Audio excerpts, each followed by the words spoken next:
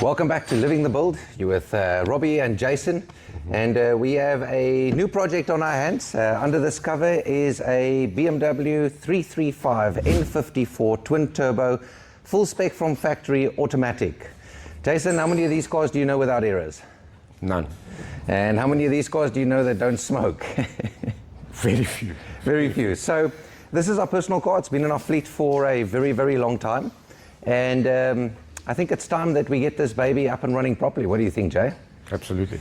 So we have a long list of items that we need to work through with this car.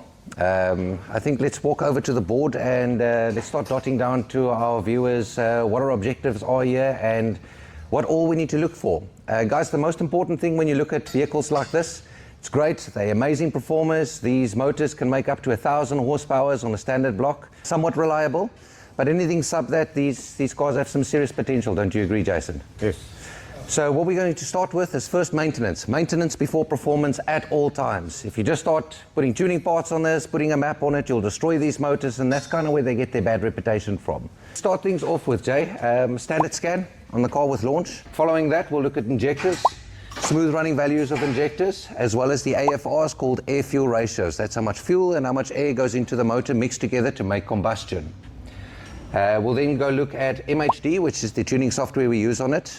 They seem to have a very good name in the industry. And we'll compare the readings that we get from MHD to our launch machines. Compression test over the motor and confirming that oil pressures are all still in order.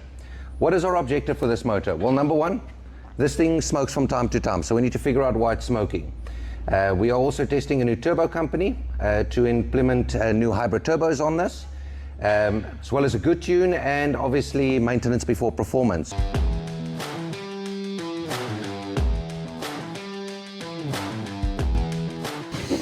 Okay, so the first thing we're going to do is remove all the covers. Covers are what gives us access to the inside of the engine, and there's a lot of them, so enjoy. In these N54s, they have a common few failures. Number one, obviously, while we're looking at it, if you guys want to come squeeze into the side, your injectors on top here, there's 6 of them. So as Jason said previously, there's been 12 iterations of this, Jason. Yes. All right, all with different failure points. They started from the first day these cars got launched up until now. And we eventually gave up and put in Index 12 injectors. It's a very expensive exercise to do it, but it does seem to be the most reliable outcome, right? Yes. Besides the injectors being a big problem, we also have coils. Coils have repetitive issues on these cars. All right, so we found our first problem. Jay, do you want to take us through it? Yeah, so basically what's happening, this is not sealing correctly. So if I just quickly apply a bit of vacuum or blow on it, you'll hear what the valve actually does.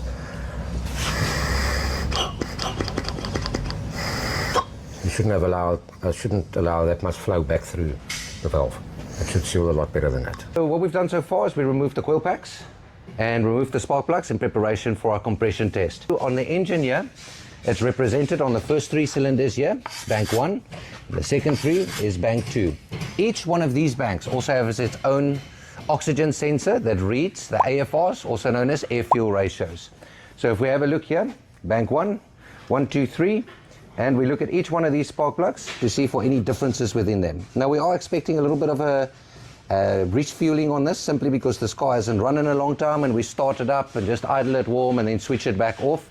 It's been the rhythm for this car for a while till we get the time to properly build into it and do some proper maintenance. Don't drive a car unless it's maintained right.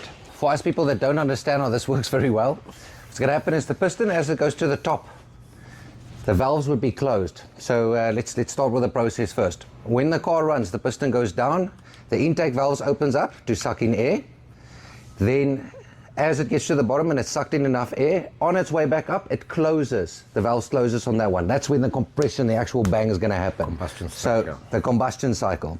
So as that piston goes back up, the valves on the top of the head will be closed. The spark plug is going to ignite and it's going to compress that air and create a small explosion, which is going to push that piston back down.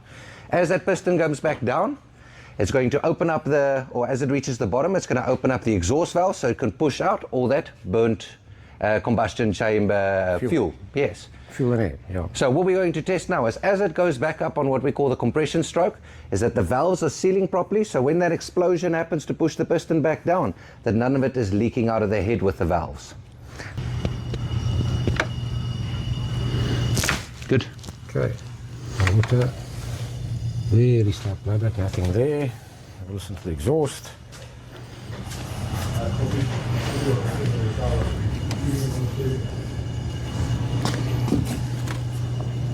Nothing there.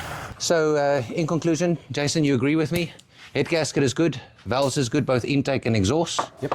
And we have no apparent problem inside this motor that we can tell off our testing now. You agree we take off the turbos? Yep. We get to inspect them and then send them out to get what they call a hybrid conversion done to them. So let's have a look. Time to strip.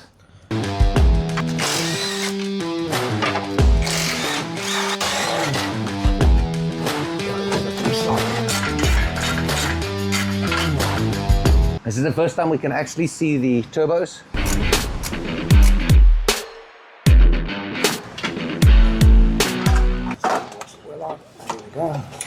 Okay. Hello, girl. She's out. All right, so guys, the 2 turbos are out now. It only took 2 days. If you look at Jason's face, you'll see that he's very tired.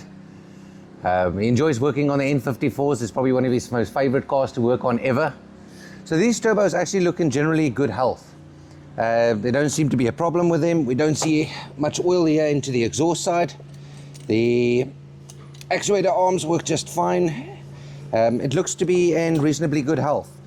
So now we're going to talk to our turbo friends and see, are we planning to upgrade these to make them even more reliable, put in proper type of seals in them?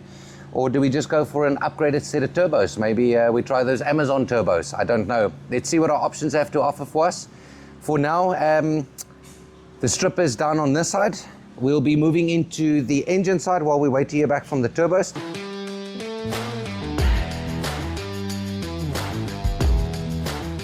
We have 2 turbos. Both twins have been hybrided with some upgraded seals. We'll give you guys a nice clip from the turbo shop where they did some specialized upgrade for us to see if we can bring up reliability. What we're going to do now is drop the whole engine gearbox on the subframe down out of the vehicle. So you can keep watching.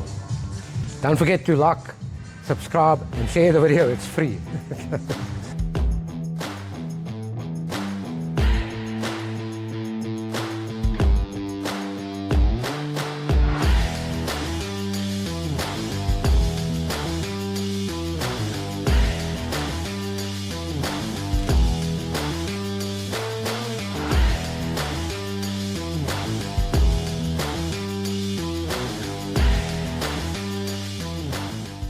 Sorry for the noise, but that's round 1 of cleaning with a degreaser just to get the worst of it off.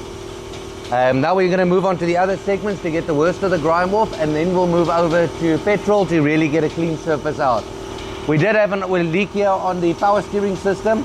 It's a little seal in the active power steering system. It was from a while ago. Obviously we couldn't get into these crevices to clean it. So here's our opportunity to make sure it's done nice and neat. Let's move on.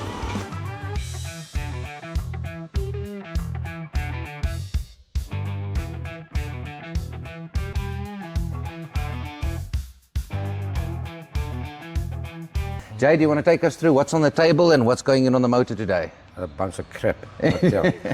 So basically 2 hybrid turbos, T17s, fully restored, and a set of new engine mounts.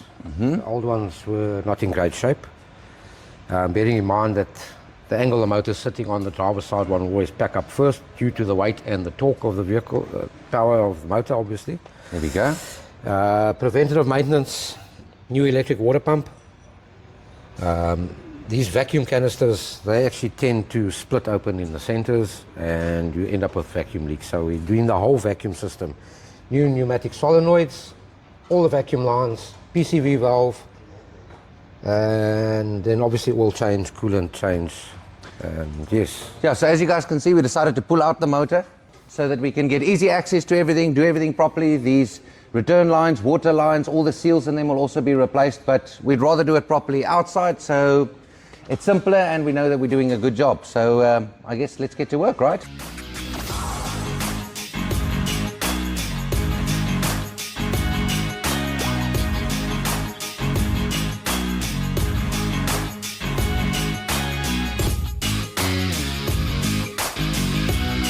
Alright, so as you guys can see, they got quite far. Jason's been working very, very hard on this motor. Turbos are back in, most of the parts are back in. Our crank seal protector is nice and neat and in place as well. They're busy with the last few items, just double checking lines, and then it's time to put the motor back in the car. So exciting times ahead.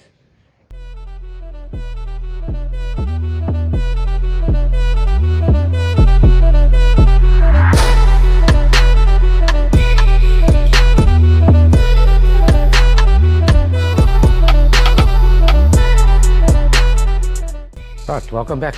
As you can see, motor's all in, all our piping, wiring, everything else is connected. Got a nice free flow air filter in the airbox. All the liquids, oil, filter, aircon's been gassed, all our vacuum tubing's been replaced, and basically now we'll do the coolant system bleeding process, pre-prime for the startup. We still have to bleed all the brakes, the vehicle has to go for wheel alignment, and we still need to assemble the bumper.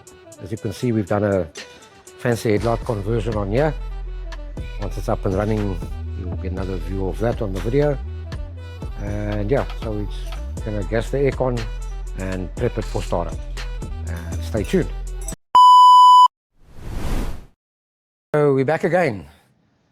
Famous 335. There we can see. I just love doing things twice, I must admit. Okay, so issue we had, filled it up with water, didn't manage to start the car once and switched it off immediately.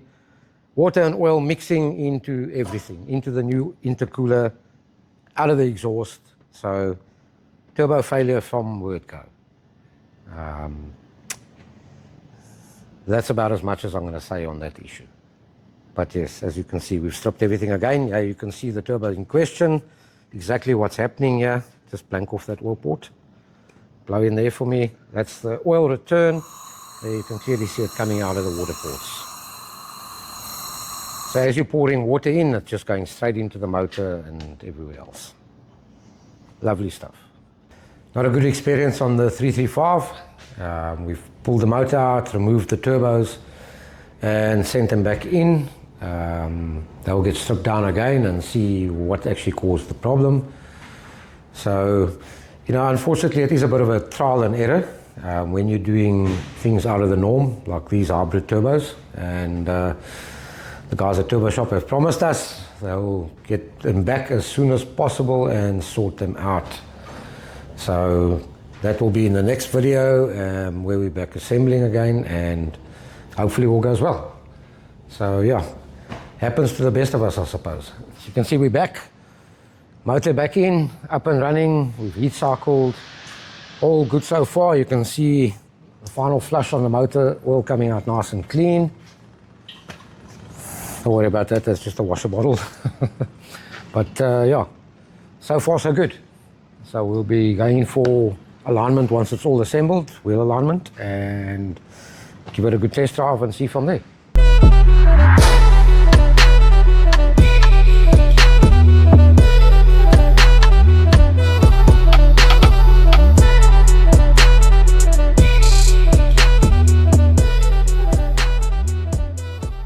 We're about to get the alignment done. Once the alignment is done, then we're going straight to Rob's house, and I'm extremely excited to see how he's gonna react to this car. We are at Tiger Wheel for our alignment. I can't wait to see his reaction, honestly. And this car is pulling so lekker and sounds amazing.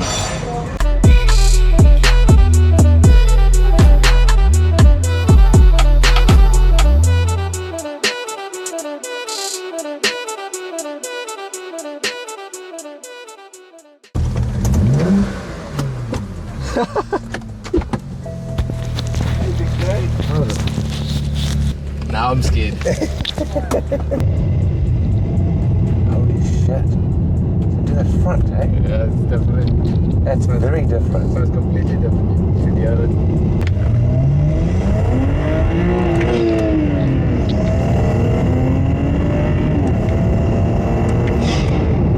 Holy shit. That's decent.